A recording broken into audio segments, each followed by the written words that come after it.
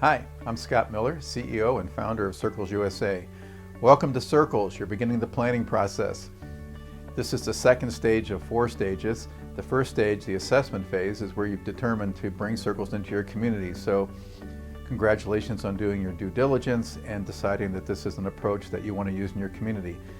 The second phase, planning, is focused on making sure that you have a strong platform. So we're not starting on anything mushy or inconsistent or something that's going to fall apart on your families down the road. This third stage, once we're done with planning, we're setting you up to be able to do a demonstration group. This will be a 12 to 18 month process of making sure that you understand how to use Circles with one group. During that process, if you are in an expansion partnership with us, we'll be working alongside with you to begin the expansion process as well, which is the 4th stage. The idea is to bring Circles into your community as a tool and integrate it in all the ways you can see to do that in order to help families get where they're going. So let's talk about this planning process. You're going to be going through probably the next 3 to 6 months working closely with us to make sure that everything is in place for all 3 steps. The first step is understanding your budget. What will you need for revenue and expenses to do this work?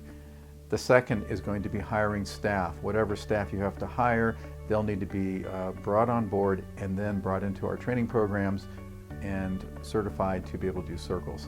The third stage is setting up all of your volunteer resource teams so that you have all 5 teams doing what they need to be doing before you bring in the families. So you have a planning book, a guide, you have a workbook, and you have us to help you move through the process. We've got lots of online tools to help you, platforms to make sure your communication in and out of this project is going well, and we have people that can answer all sorts of questions, as well as peers around the country who have done their planning already and can give you some tips as well. Have a great time. Keep close to your planning trainer from our end, and we look forward to setting this up just the way it needs to happen so you can have a great demonstration group. Thank you. We're going to be discussing the planning process today. There are 3 steps to planning Circles in your community. First is raising funds, second is hiring staff, and the third is developing the resource teams. Circles USA has the following resources to help you with this process. We have a planning guide, a planning workbook. We have planning sessions over the phone with your trainer, and we have planning templates that you can use for proposal writing and business plan development. We use a series of checklists for each of these steps. So let's just discuss the deliverables that each of these steps produces. Step 1, raising funds. You have to determine first what your budget's going to be. Once you understand your expenses and revenues, it's much easier to build out proposals and develop plans around that budget. So the very first thing is to just nail down the budget. We have templates you can use for budgeting. And once we have this done, your board should approve it, and it should be a 3-year budget so that you have a platform that's strong enough for people to come in and not worry about the program going away overnight. The responsibility of that is going to be the board. The planning team is responsible for creating an advisory team. These are your champions who you've recruited from different parts of the community who can help raise funds or bring other kinds of resources to bear on the program. The advisory team is responsible for putting together a 3-year fundraising plan so that the revenues are all mapped out how you intend to do this. Your planning team would be responsible for the mechanics for an individual donor giving setup on your website. We will help you with your website and this process. Your planning team will also have to be responsible for a thank you system, and the advisory team will be reporting to the board of directors for the fiscal agent of Circles. So all of this structure we will be talking about and working you through, and there's information in the planning guide on our suggestions about that process. Step 2, hiring staff. It's important to know that Circles is a community organizing project. So the people you want to hire need to be organizers. They need to be the type of people that can recruit and support and develop volunteers to do the work. All the work's going to be done by the resource teams. Your staff are really just coaching and supporting and guiding and encouraging the leadership of those teams to get the work done. The staff are not to be doing case management work. They're not to be doing the jobs of these resource teams. They are really in the business of leadership development. So it's important to look carefully at the job descriptions in the planning guide and to understand the competencies that you're trying to recruit. While it might be tempting to get a social worker, for example, it would be better to hire someone who had community organizing and or volunteer development background. You can always find people to partner with you to provide the case management that people might need in between weekly meetings. The staff will have to attend our 3-day Circles staff training program, and we will enroll the key people into the online supports that Circles USA has to offer. You, of course, will have to make sure that people are on someone's payroll, typically your fiscal agent's payroll. That's all worked out, that they have access to computer, phones, internet, and they're able to print materials. We will assign a staff from our group, our trainer from our group, to your staff once this has been done. Step 3, the resource teams. The planning team is responsible for identifying leaders for each of the teams and to give them assignments. You'll find in the workbook and in the planning guide detailed descriptions of these teams, job descriptions that can be just printed off and given to people. And we will also, you will also find videos on each of the 5 teams explaining the purpose of them.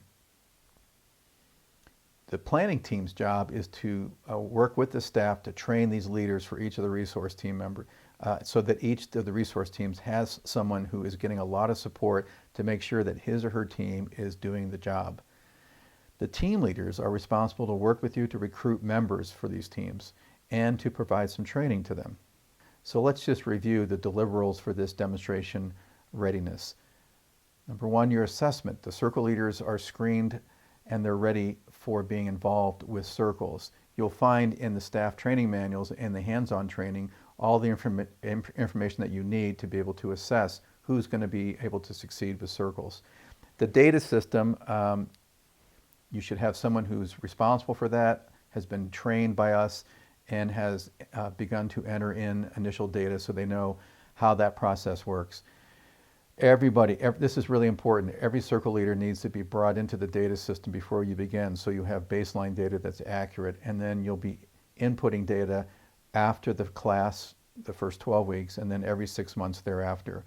This information needs to be timely and accurate in order for you to get the results to put into reports and share with your funders. Your communication, both external and internal, it needs to be regular and effective, and it needs to be thought through before you begin your programming. You want to know how we're going to communicate with everybody. We have templates and we have platforms that you can utilize, so you'll be working with our planning team about that.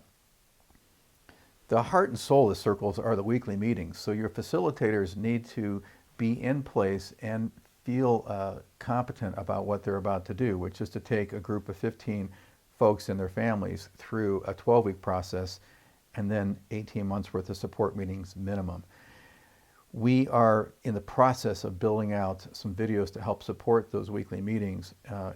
We do have videos on job readiness, and we are building out other program arcs that you can utilize, but the Circle Leader Training Manual is very effective, and your facilitators need to be people who can move through a process by respecting where people are at, solving some of the concrete problems that might be distracting them if it's possible, and otherwise just moving people through those 12 classes to get plans. The end result of those weekly meetings will be plans that help people become economically stable.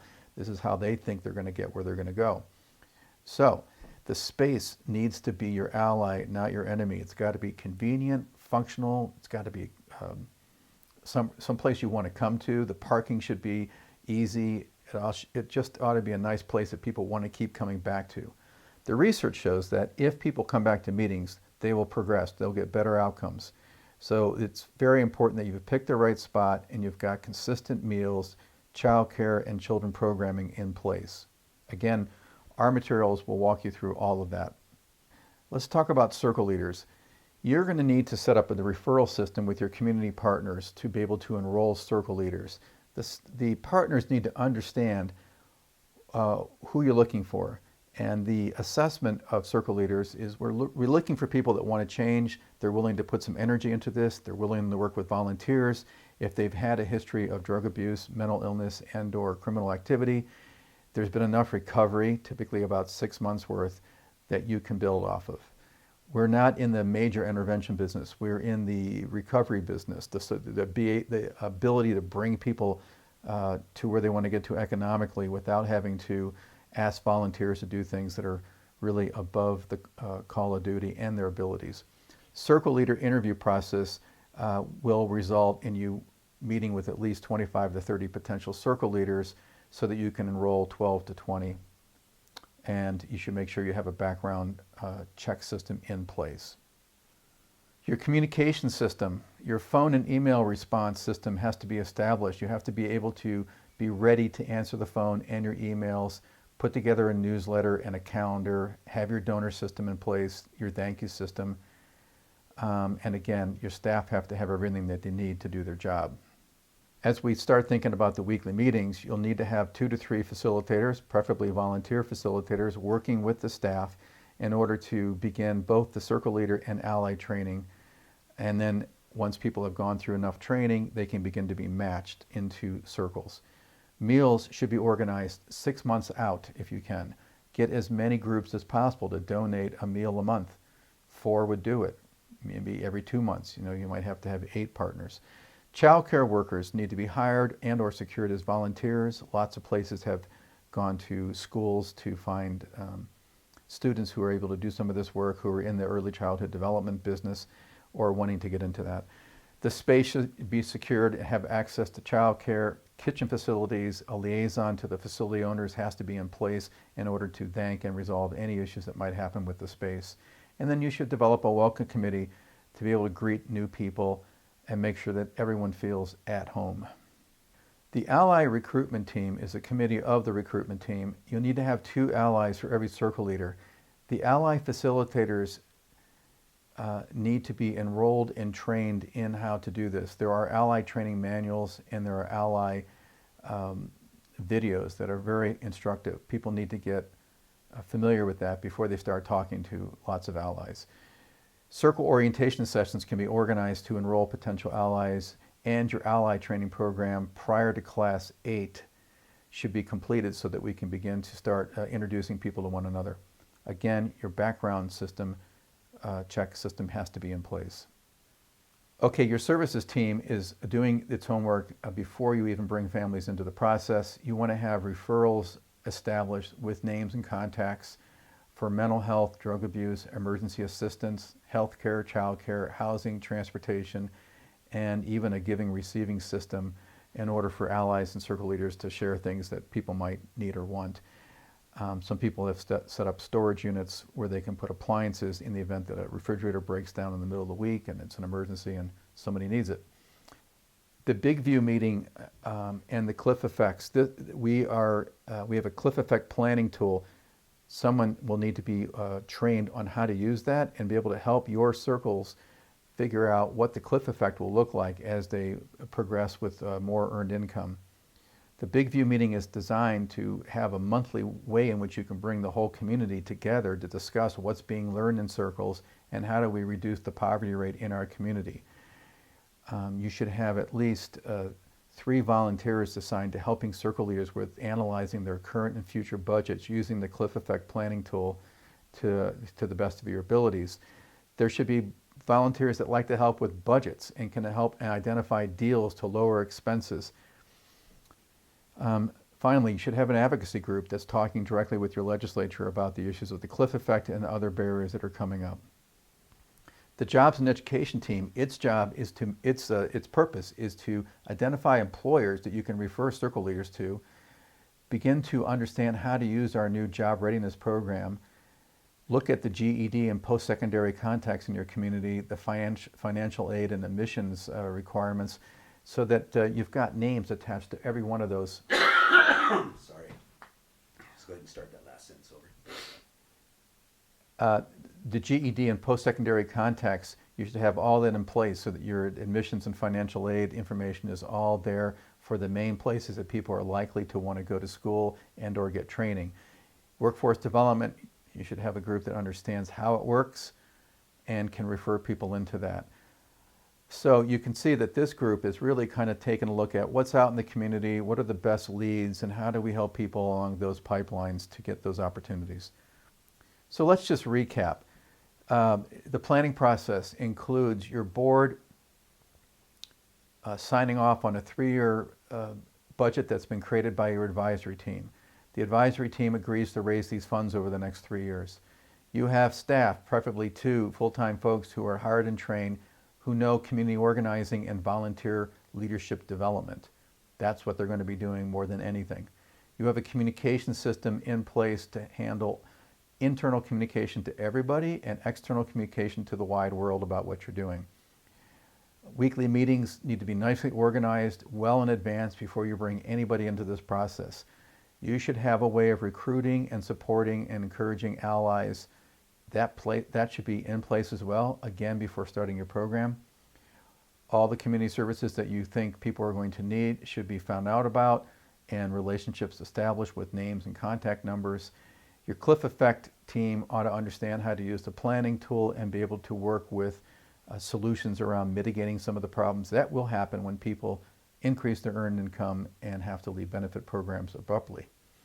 Finally, your jobs and education team will have a sense of opportunities in the community and who can help people get into careers and better jobs.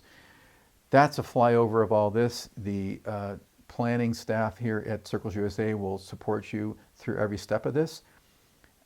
You will also find more information in the planning guide, the workbook, and the other information that you'll find in our online support system and best practice archive.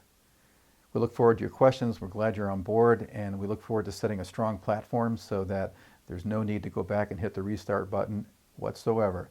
Have a great time and ask any questions you have. Thanks.